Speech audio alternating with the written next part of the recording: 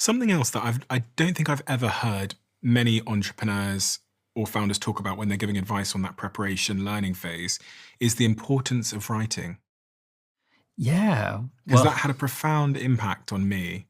The rate in which I learned was having a at what practice. stage in your journey did you write? So I made a commitment to myself when I was 24 to write a tweet every day. Okay. And I would screenshot it, then post it on Instagram. Now, this was maybe the single biggest hack in my life that I've never really talked about because of all of the downstream consequences that Mm, occurred. Downstream consequence number one, got to 1 million followers on Instagram wow. by posting these quotes of ideas that I had every day. So every day at 7 p.m., my girlfriend knew at the time, she goes, he's going to go off for an hour and think of something to say. Downstream consequence number two is it taught me how to communicate Yeah. ideas in a concise, high impact way and kind of what people respond to. And I'd say number three is it generally meant that if I went through my day and something had happened, it gave me a moment to condense that down into wisdom, Into a little a piece of wisdom.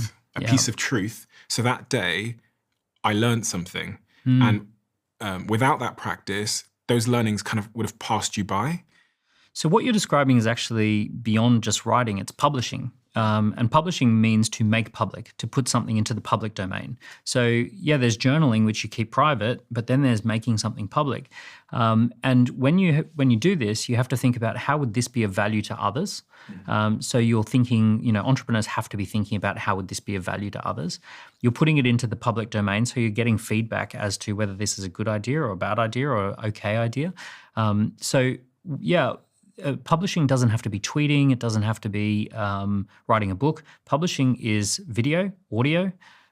It can be long form content. It can be short content. You could do shorts. You could do tweets, right? All of that is publishing. The essence of publishing is that you're taking your ideas and sharing it publicly, putting it in the public domain. That is a very rapid way to get started. Interesting fact on this, that out of the billion people who use LinkedIn, only 3% are publishing regularly and less than 1% publish weekly. So you think that you're in competition with a billion people on LinkedIn. 99% of people are just there to kind of lurk and watch what other people are doing. Only 1% of people are competing. 1% of people are creating the content on that platform. When it comes to YouTube, there's 2.7 billion users of YouTube, but only 4% of people have an account and only a fraction of those accounts are active. So it's a tiny percentage of the world's population that are creating something. Most people are consuming. So one thing that you're describing is the move from being a consumer to a creator, and entrepreneurs have to make that move.